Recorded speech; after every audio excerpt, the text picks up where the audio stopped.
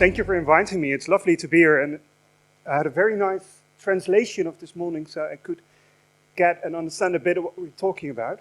My name is Servaz van Berkum. I'm a program maker for Pakhuis de Zvijger in Amsterdam, which is a platform for urban innovation. I'm going to show you a few things. This is probably a picture you can understand about Amsterdam. This is Pakhuis de Zvijger. We organize several events surrounding all different kinds of topics, ranging from civic engagement to cultural industry, architecture, but also inclusiveness in city, education, name it. We talk about this on all different kinds of levels. We have these kinds of events and these kinds of events. This one was about the Brexit and what it would mean for Amsterdam. This is about how can you make mobility more inclusive. And this one is a festival in the end of just before the summer, the possibility where people can watch documentaries from the Amsterdam International Documentary Festival, ITFA. We show it like half a year later. We show a few of these documentaries in our outside porch.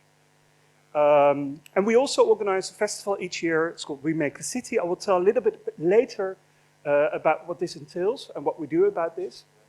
And to give a bit of a few ideas. So as I told you, we are a platform for urban innovation. We believe that the city is not just the government, but it's all its inhabitants. It's the companies, small and big, and it's the knowledge institutions, but it's also the activists and politicians.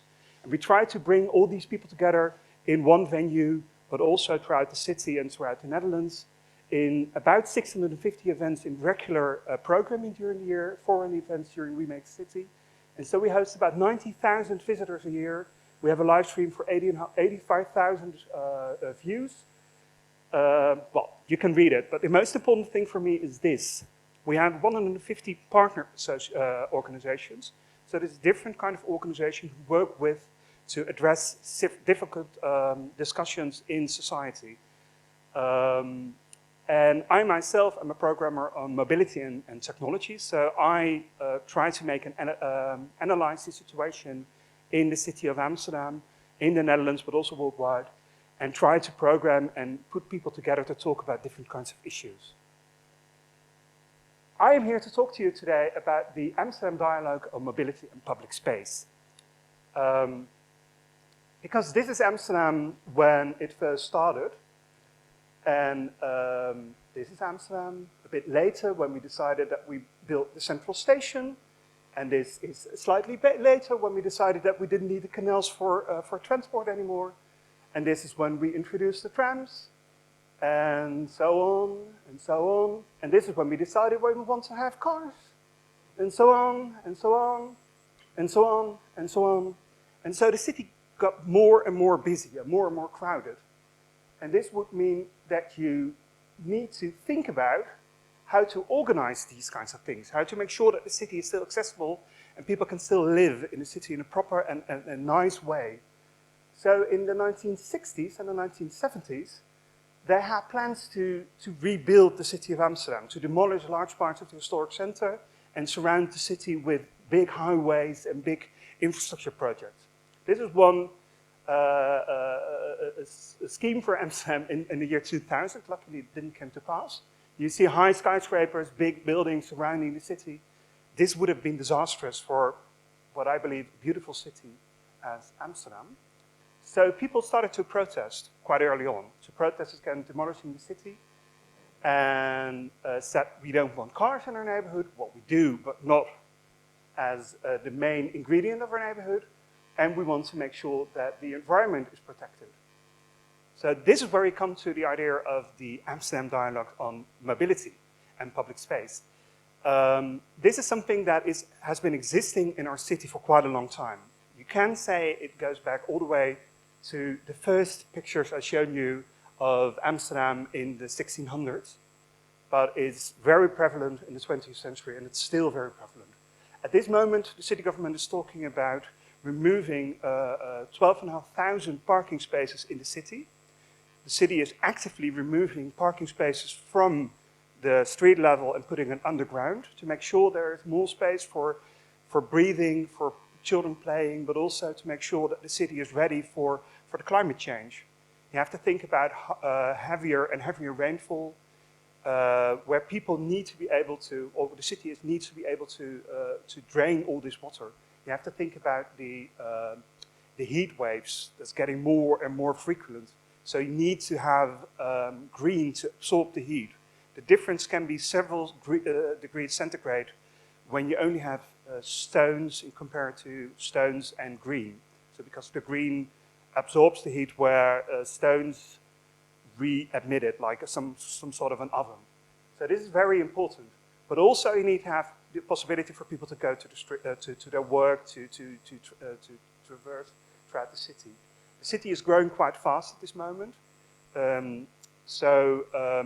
We also need to make sure that the old, almost medieval street layout and the 19th century street layout is still capable of accepting the 21st century traffic.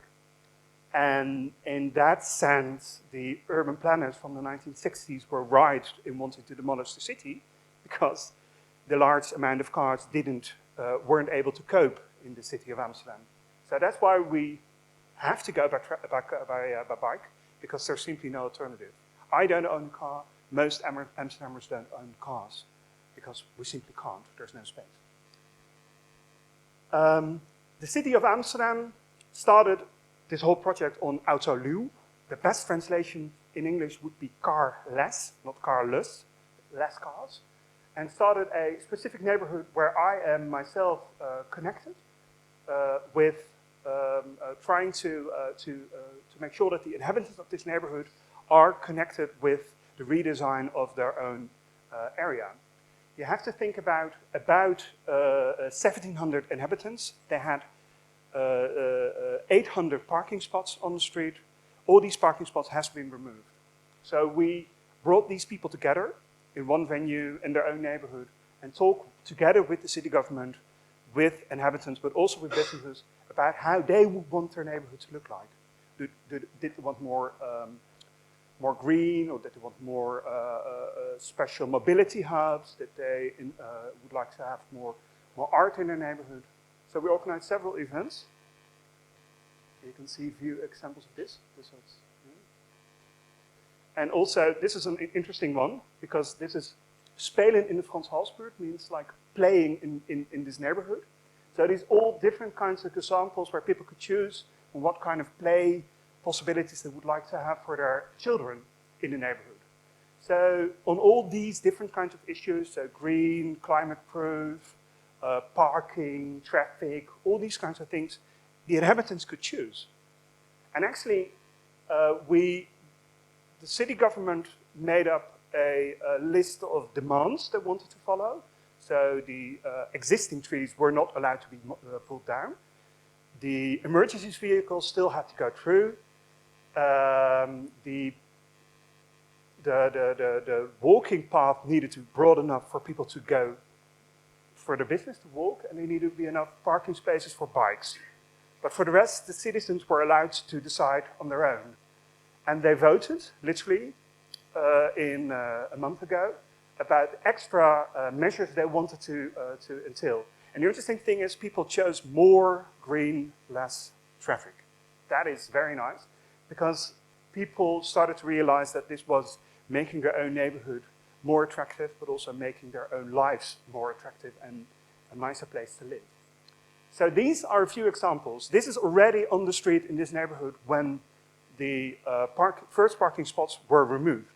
So you see here this car, but this is this car is only allowed to stay there for a very short amount of time, because it's only for cargo, or only for people who have disabilities, have a special license to park close to their own house.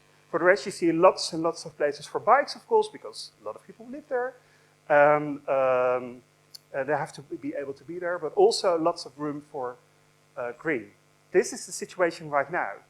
But with the people, we were working towards this, where you can get the neighborhood to be even nicer, or this, where you can have places for children. Or in a different street, it looks like this right now, and it goes like this, and it goes like this. And the third one is like this, and it goes like this, and it goes like this. The interesting thing is here, it is still accessible for emergency vehicles. It is still a very good place to be. Perhaps later on there are a few other opportunities for you to ask questions to me for how this works, but I think it's very nice and very good to introduce people to the reasons behind why you should change neighborhoods and what is important about this for the quality of your own neighborhood. It is also very useful to connect people to these issues. People understand it and people want more and people want to be connected with their own neighborhood. And luckily we were in a situation where we could connect the city government that they really basically paid for it. So they really were connected to making sure that this would work. And tomorrow, next week, we're going to literally design, and the city government promised that they would follow the design of the neighborhood by the letter. So this way you really take the ideas of the neighborhood serious. That is very important. This is my example for the specific neighborhood. Thank you for letting me show this. There's one more thing I want to show you, and that is a festival we're organizing. It's called the We Make the City Festival. As I told you, we believe that the city is it's not just the city government, but it's a combination of all its inhabitants. So we organize a festival every year. This year is the second edition, and we started it because Amsterdam won the iCapital Award, the European Prize for Innovation. And specifically on transport, urban planning, and mobility, I am organizing the Metropolitan Mobility Conference. If you are perhaps in Amsterdam, please feel free to join us, and otherwise I'll try to make sure there's a lot of, as much video as possible, mostly in English, getting around smart about data, platform society. So how can you make sure that mobility as a service is inclusive, but also that society has a grip on that. Carless City is about what I just talked about, and green logistics is about how can you make sure that the economic growth of the city is still taken care of, and at the same time make sure that the living standards of the people living in the city won't be undermined. I would love to talk more to you about these kinds of issues because I'm very passionate about it, but unfortunately I'm out of time. So thank you so much for listening to me, and I am more than able and willing to talk to you about this issue a bit later. Basically, that's my presentation.